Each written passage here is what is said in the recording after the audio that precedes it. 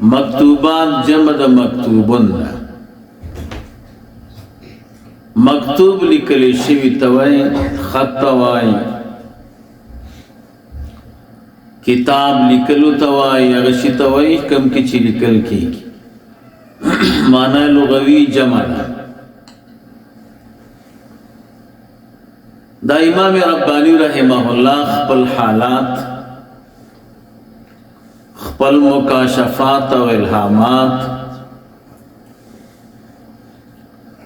کم چې الله تعالی دته کم کمالات نصیب کړیو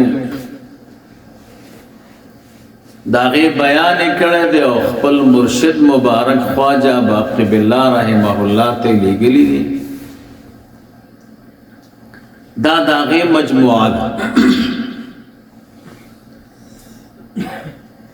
دا تقریبا شپږ سوه او څلور دېرش مکتوب دي. دریو جلدونو کې جمع شوي دي. اولنی جلد د دې نوم دی در المعرفه. دې کې 314 مکتوب دي د پیغمبرانو علیهم السلام او شمارا، د رسولانو شمارا هم 314 دي. د رسول الله مبارک صلی الله علیه وسلم د دریم نمبر جهاد او غزا چې پاغې کې جنگ شوی و بدر کبرا ورته وایي، هغه فدایان صحابه کرام دا غوی شمارم 314. نو په دی اول جلد کې چې د دې نوم دی در المعرفه، په دې کې دغه 314 مکتوب راجمع دي.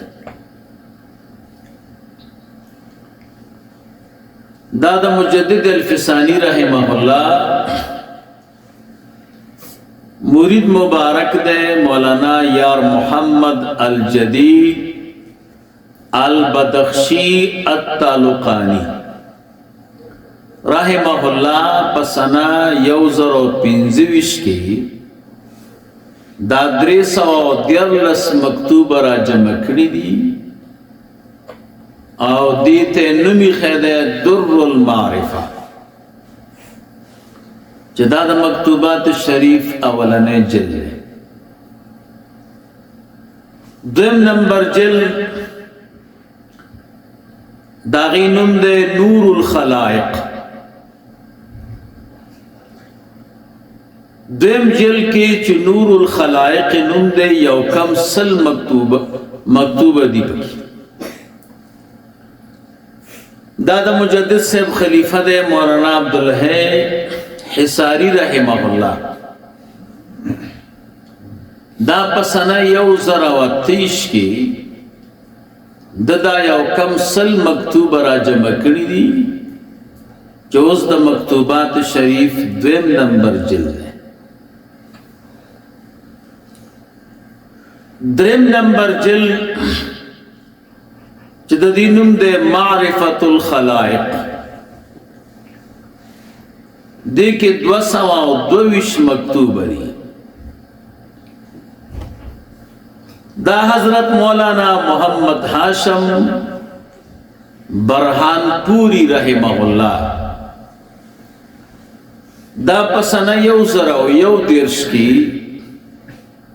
دا 222 مکتوب را جمع کړی دي چې دا د مکتوبات شریف دریم نمبر جلد جوړیږي.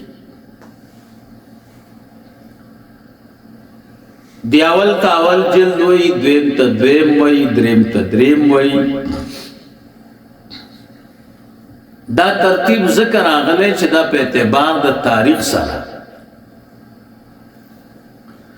اول کرد چې د امام ربانی رحمه الله دا مکتوبات را جمع شو دا سنه 1025 نو دا د ټولو نه مخکې ده. دویم کرت چرا جمع شو دا سنه 1030 شوا. دریم کرت چرا جمع شو دا سنه 1010 شوا. چونکه د دې هر جلد تاریخ د بل نه وروسته و، نو ځکه دغه ترتیب باندې جوړ شوی دی، کیف متفقه نه دی، بلکې دا په اعتبار د تاریخ سره یو بل پسې راغلی دي. ځکه ورته اول جلد وایي، دویم جلد وایي، دریم جلد وایي.